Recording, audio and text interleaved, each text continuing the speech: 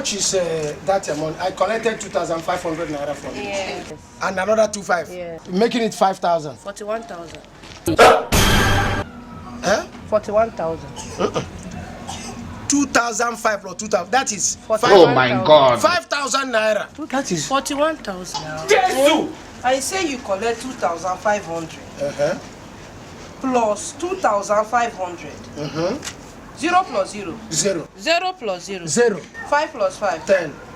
2 plus 2. 4. 41,000. 0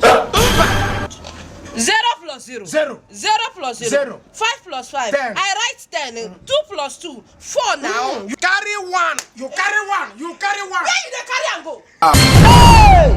Carry one go where? Hey! Come. Wait. Who be your teacher? Okoro carry one go where? Who be your teacher? I don't get problem with you. Okoro.